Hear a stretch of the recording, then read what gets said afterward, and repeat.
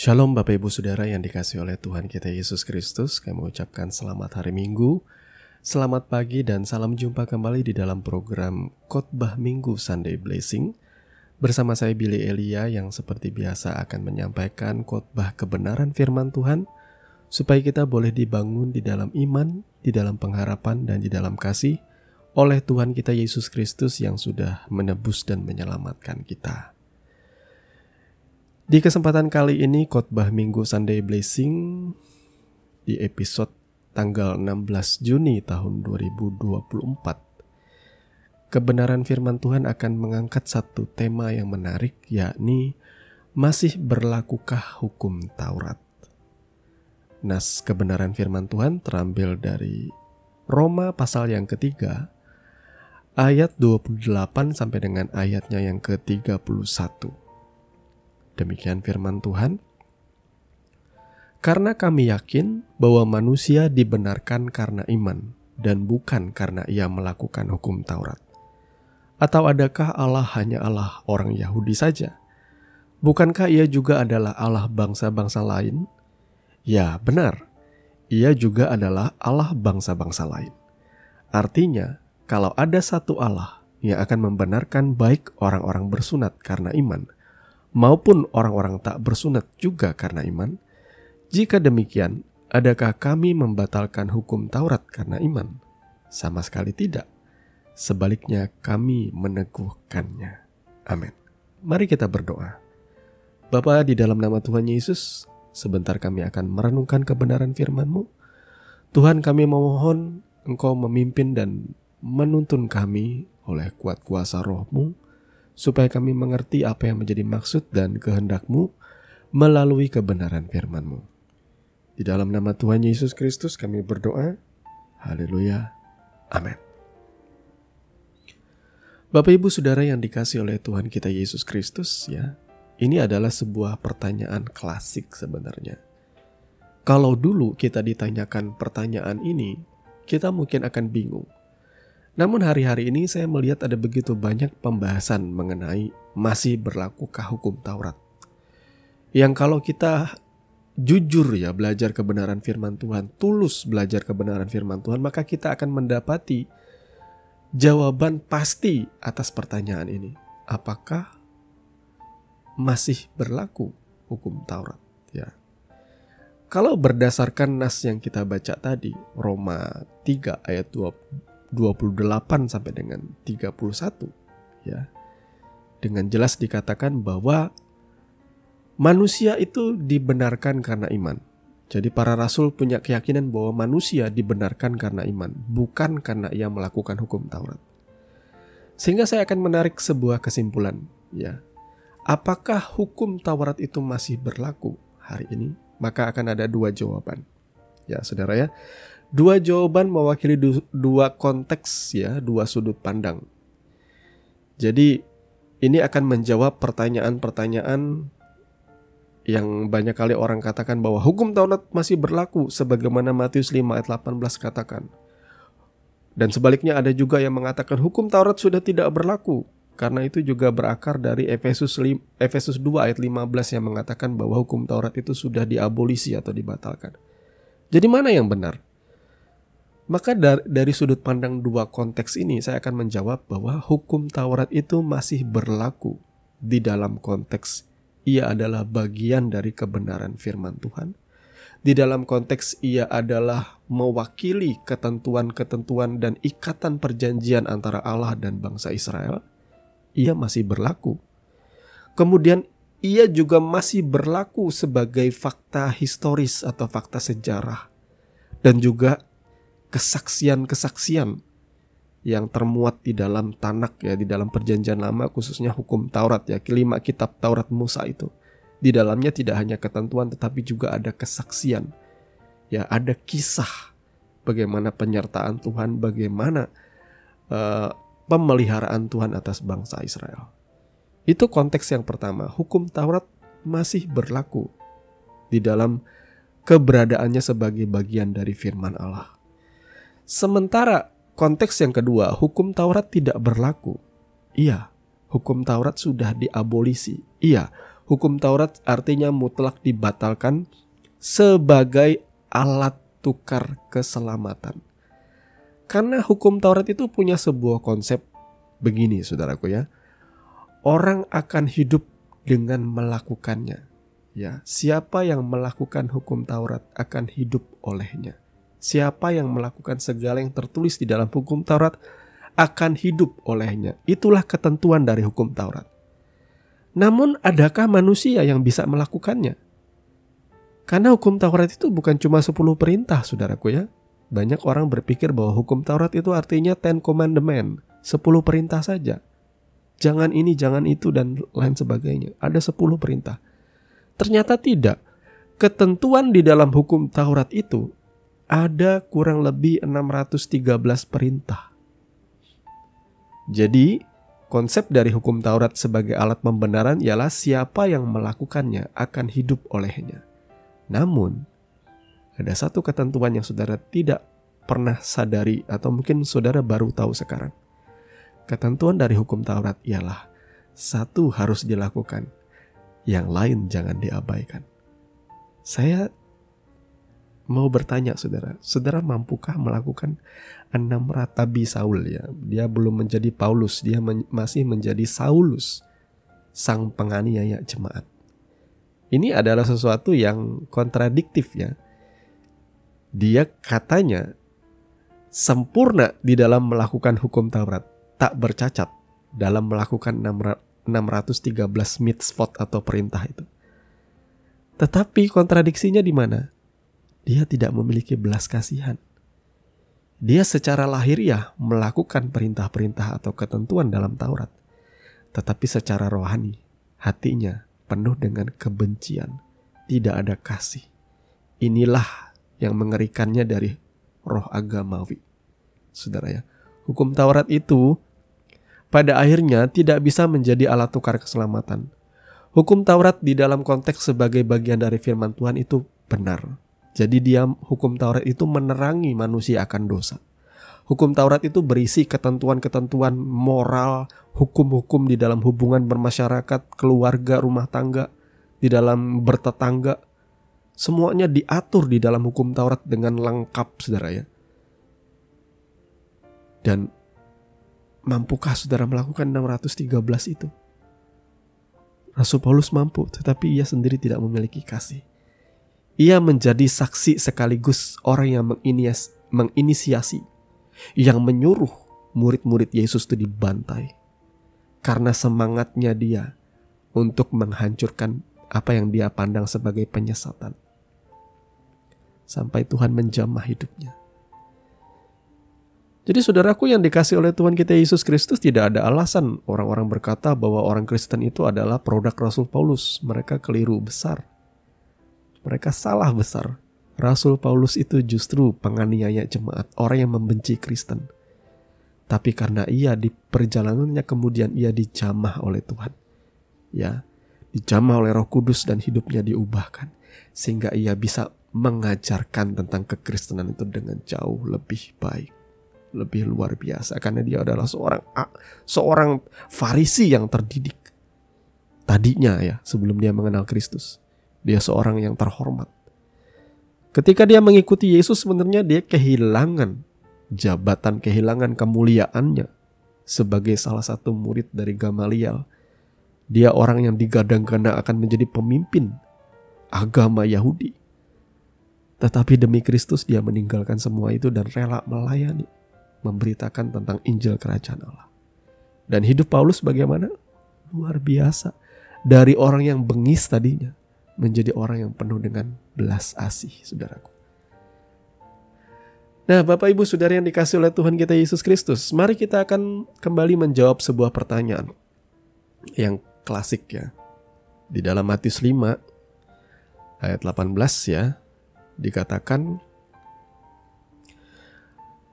ini adalah perkataan Kristus. Karena aku berkata kepadamu, sesungguhnya selama belum lenyap langit dan bumi ini, satu iota atau satu titik pun tidak akan ditiadakan dari hukum Taurat sebelum semuanya terjadi. Nah, kalau kita mengulik dari dalam terjemahan lama, satu noktah atau satu titik pun sekali-kali tiada akan lenyap daripada hukum Taurat itu sampai semuanya telah jadi. Nah, mari kita lihat dalam bahasa Inggris lagi. Ya. Dalam bahasa Inggris, remember that as long as heaven and earth last, not the least point nor the smallest detail of the law will be done away with, not until the end of all things. Ya. Kita baca dalam King James, ini yang paling jelas ya. For verily I say unto you, till heaven and earth pass, one jot, satu iota, or one tittle shall in no wise pass from the law, till all be fulfilled. Digunakan kata till all be fulfilled, sampai semuanya digenapi. Hukum Taurat digambarkan oleh Rasul Paulus sebagai bayangan dari Dia yang akan datang, Sang Juru Selamat, Sang Mesias.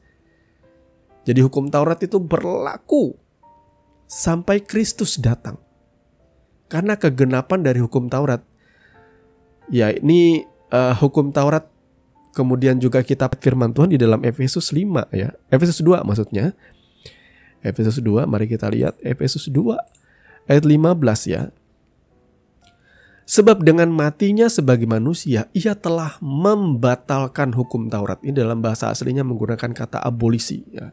Membatalkan artinya memang tidak berlaku sepenuhnya lagi hukum Taurat. Dengan segala perintah dan ketentuannya, untuk menciptakan keduanya menjadi satu manusia baru di dalam dirinya. Dan dengan itu mengadakan damai sejahtera.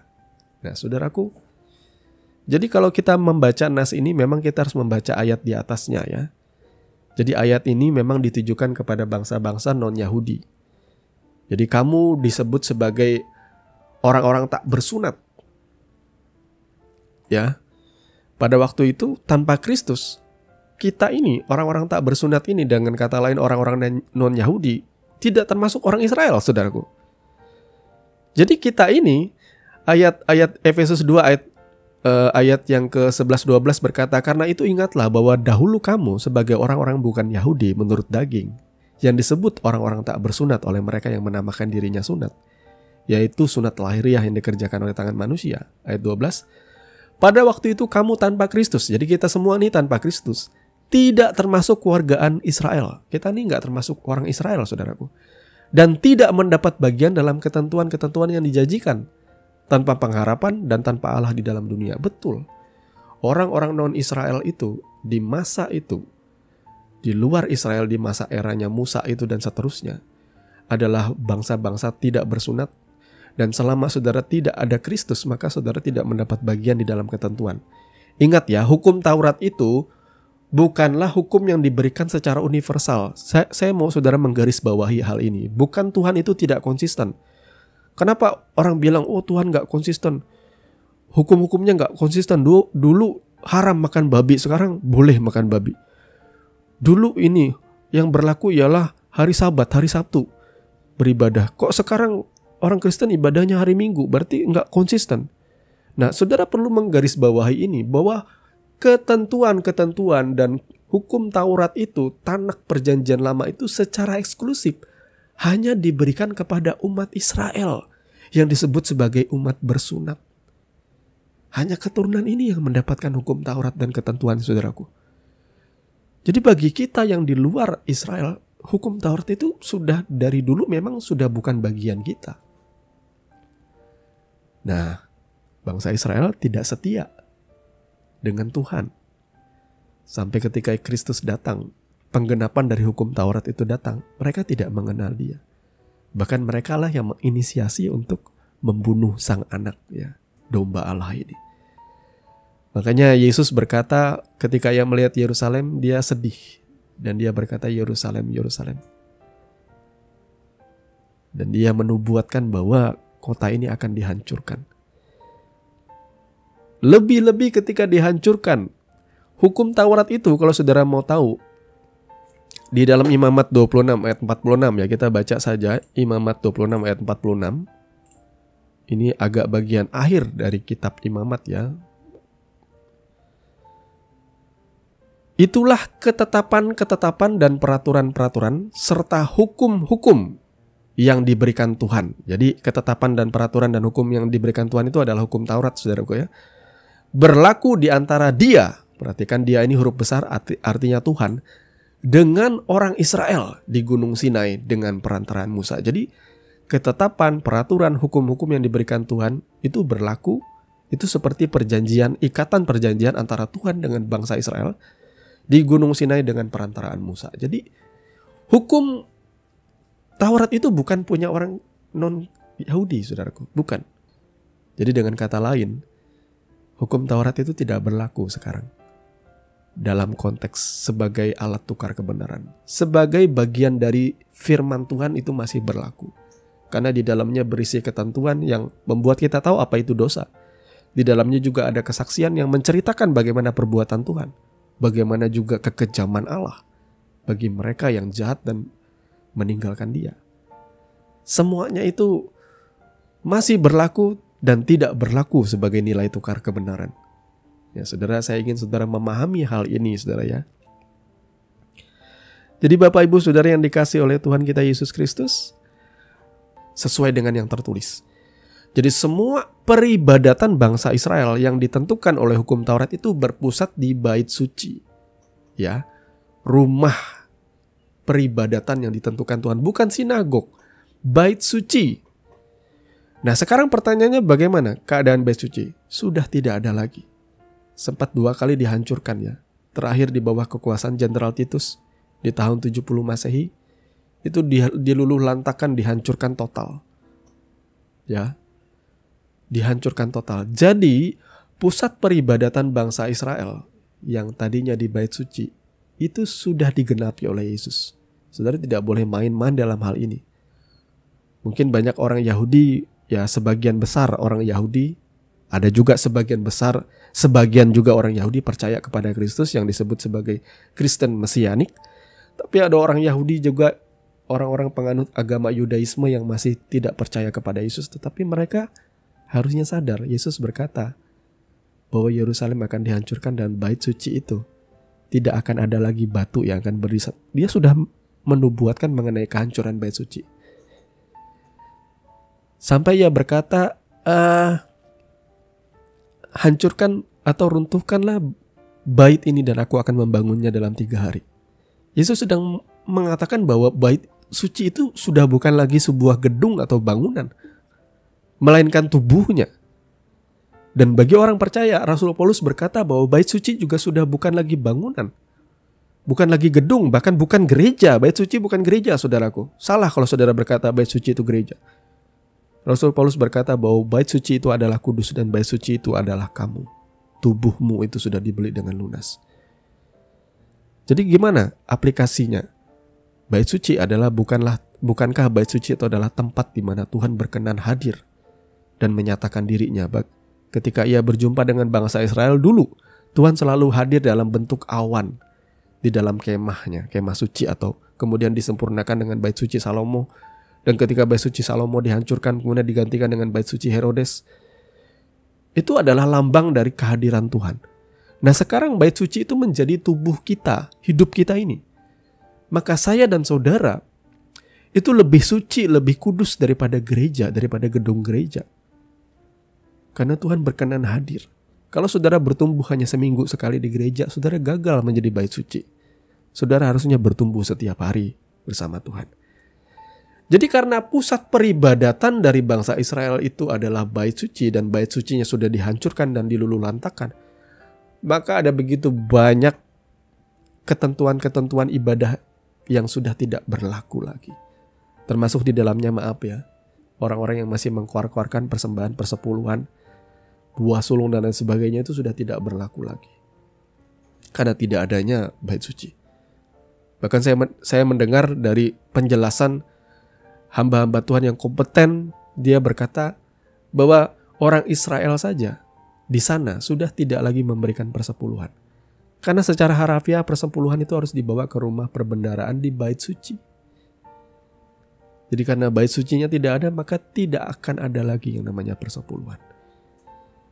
Nah, hari ini kalau ada orang memberitakan persepuluhan, lah mungkin itu sesuatu yang saya tidak ingin menjelek-jelekannya, tetapi mari, ada begitu banyak ayat-ayat firman Tuhan yang katanya sudah tidak berlaku karena ini perjanjian baru. Tapi kenapa ayat-ayat yang bicara soal uang, soal persembahan masih berlaku sampai hari ini? Itu yang jadi pertanyaan kita. Ya, mengajak jemaat untuk mentransfer uang sebanyak-banyaknya, atau janji iman yang dipaksakan. Saya mau katakan saudaraku, dalam perjanjian baru sama sekali tidak ditekankan mengenai persepuluhan. Bahkan Yesus ketika ia mengatakan tentang persepuluhan, ia justru mengkritisi persepuluhan di era itu yang begitu kejam. Dia tidak sedang menganjurkan persepuluhan, tetapi ia mengkritisi persembahan yang begitu kejam. Ya, sampai bahan-bahan dapur aja dipersepuluhkan. Ya, Yesus juga mengkritisi orang-orang yang mengajarkan persembahan-persembahan tapi tidak mengurus orang di rumah. Jadi ini sebuah pengajaran bagi kita bahwa hari ini dalam jemaat perjanjian baru, saudara tidak hanya kasih 10%, tetapi 100%. Tetapi tidak lantas bahwa itu semua harus dibawa ke gereja atau dikasih ke pastor. Enggak. Persembahan saudara ketika saudara menyenangkan anak istrimu, ngajak mereka libur. Tapi kalau engkau punya kelimpahan, kelebihan, ya, sampai engkau bisa berbagi untuk menopang pelayanan, mendukung hamba Tuhan, itu juga bagus. Lakukan kalau saudara berkelebihan atau berkelimpahan. Tapi kalau saudara pas-pasan, berkekurangan, tidak apa-apa saudara tidak bisa memberi ke gereja, saya katakan. Karena Tuhan tahu keadaan saudara. Ya, ada perempuan tua, ya, janda miskin, yang memberikan 2 peser uang yang sama dengan upah dia bekerja 1 hari. Orang bilang bahwa itu persembahan yang terbaik. Tetapi dalam sudut pandang Kristus, ia sedang mengkritisi sistem persembahan yang mengerikan pada waktu itu. Bayangkan sampai orang miskin aja ditekan untuk memberikan seluruh gajinya 1 hari bekerja. Itu gila, saudaraku. Ya, itu gila. Tidak masuk akal. Itulah kerasnya ya, hukum-hukum persembahan yang diterapkan oleh pemimpin-pemimpin agama, imam-imam kepala di masa Yesus pada waktu masih ada di dunia ini dalam rupa anak manusia, saudaraku. Jadi jangan bilang bahwa janda miskin memberikan yang terbaik, lalu pendeta berkata, berikan yang terbaik seperti janda miskin. Itu bukan namanya mengajarkan persembahan, itu namanya ngerampok jemaat. Makanya Yesus sendiri berkata kepada imam-imam kepala, rumahku kamu jadikan sarang penyamun. Betul, sarang penyamun, sarang perampok. Banyak pendeta-pendeta jadi perampok jemaatnya. Ya, kalau uangnya dialokasikan dengan benar, ini untuk gaya hidup perlente layaknya sultan. Menyedihkan, saudaraku. Jangan saudara seperti itu ya. Ya, ini memang khotbah kali ini tuh memang lumayan keras, saudaraku, menegur ya. Supaya saudara sadar bahwa hukum persembahan itu yang paling penting ialah sesuai dengan kerelaan hati. Ada lagi ancaman pendeta yang gak masuk akal, yakni dengan mengkhotbahkan tentang Ananias dan Safira tanpa tahu konteksnya. Kalau saudara tahu konteksnya, saudara akan merasa wajar Ananias dan Safira tuh langsung tewas seketika. Karena mereka memiliki motivasi yang tidak baik dari awalnya. Ada roh persaingan. Memberi dengan tujuan bersaing supaya dipuji orang, supaya dianggap dermawan. Dari awal mereka seperti itu berpikirnya. Mereka menjanjikan memberikan hasil penjualan tanah itu. Mereka sudah berkoar-koar memberikan semuanya. Dan didengar oleh orang lain. Tujuan mereka sudah jelas. Aku beri semuanya, hasil penjualan tanahku. Aku persembahkan di bawah kaki Rasul. Tetapi ketika ia berkata aku memberi semuanya, sebenarnya ia menahan separuhnya. Ya, dia ngaku-ngaku dia ngasih semuanya. Tetapi dia menahan separuh dari persembahan itu. Ya, karena ia ingin mendapatkan pujian. Tetapi sebenarnya ia berdusta. Makanya Rasul Petrus bertanya apakah betul?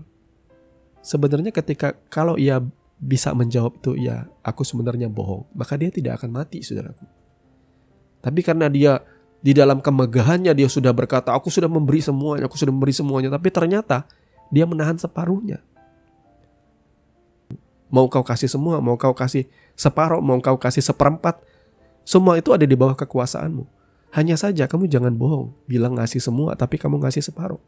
Itu namanya kamu mendustai Roh Kudus. Maka pantaslah pada waktu itu ya, begitu mengerikan hukumannya Ananias dan Safira mati. Tapi jangan jadikan ini ayat untuk mengancam jemaat. Saya lucu ada seorang pendeta muda yang berkata, tulis persembahan kalian di kertas dan di HP, lalu jangan lambat ya, transfer sebelum jam 2 siang. Wah saudaraku, dan dia menggunakan ayat ini Ananias dan Safira. Kalau sudah memberikan janji iman itu, menulis nominal uang itu, harus dikasih seperti itu. Kalau enggak, kalian akan dihukum seperti Ananias dan Safira. Saya pikir ini adalah pemerkosaan terhadap ayat firman Tuhan yang terlalu jahat sekali. Sebenarnya orang-orang dunia aja bisa ngelihat kalau ini adalah perbuatan menipu yang dilakukan oleh pastor atau pendeta. Saya katakan bertobatlah, jangan membenarkan diri lagi. Lebih baik klarifikasi, jangan membela diri lagi, bertobat saja. Terlalu jauh sudah menyimpangnya. Sudah agak lain banget ya, di luar nurul sekali. Kalau ada pendeta menyuruh menulis janji iman dan kita mengingat hal ini. Ya, hati-hati terhadap uang. Akar dari segala kejahatan ialah cinta akan uang. Itu sudah diperingatkan dalam firman Tuhan. Tapi kenapa di gereja terlalu banyak khotbah tentang uang daripada tentang Kristus? Itulah yang akan menjadi perenungan bagi kita. Mari Bapak Ibu Saudara yang dikasihi oleh Tuhan kita Yesus Kristus, kita sampai pada kesimpulan. Apakah hukum Taurat masih berlaku? Maka jawabannya ialah masih berlaku di dalam konteks bahwa ia adalah bagian dari kebenaran firman Tuhan, ketentuan, hukum, dan perjanjian Allah dan kesaksian-kesaksian di dalam kitab suci. Tapi sebagai nilai tukar atau alat tukar kebenaran, hukum Taurat itu sudah tidak berlaku lagi. Karena semua orang sudah dibenarkan oleh karena iman di dalam Kristus Yesus yang sudah menebus dan menyelamatkan kita. Tuhan Yesus memberkati kebenaran firman-Nya dan mari kita berdoa. Bapa, di dalam nama Tuhan Yesus, terima kasih karena Engkau sudah berbicara dan menyatakan isi hati-Mu bagi setiap kami. Kami bersyukur Tuhan Kau mengajarkan kami kali ini, supaya kami tidak ada lagi kebingungan, dan supaya kami boleh berjalan dalam kebenaran, dalam iman, dalam pengharapan dan kasih yang sejati. Terima kasih karena Engkau baik Tuhan selama-lamanya. Kami mengucap syukur untuk kesetiaan-Mu. Terima kasih Kristus, karena kami dilayakkan untuk disebut sebagai anak-anak-Mu. Kau berkenan memberikan kami perjanjian yang baru, bahwa kami boleh memiliki kasih anugerah-Mu tanpa syarat Tuhan, hanya oleh karena kemurahan-Mu. Segala puji syukur kami kembalikan kepadamu Bapa, di dalam nama Tuhan Yesus kami berdoa. Amin. Bapak Ibu Saudara yang dikasihi oleh Tuhan kita Yesus Kristus, Anda baru saja mendengarkan kebenaran firman Tuhan yang kami percaya boleh menjadi dasar dan kekuatan di dalam setiap kehidupan saudara.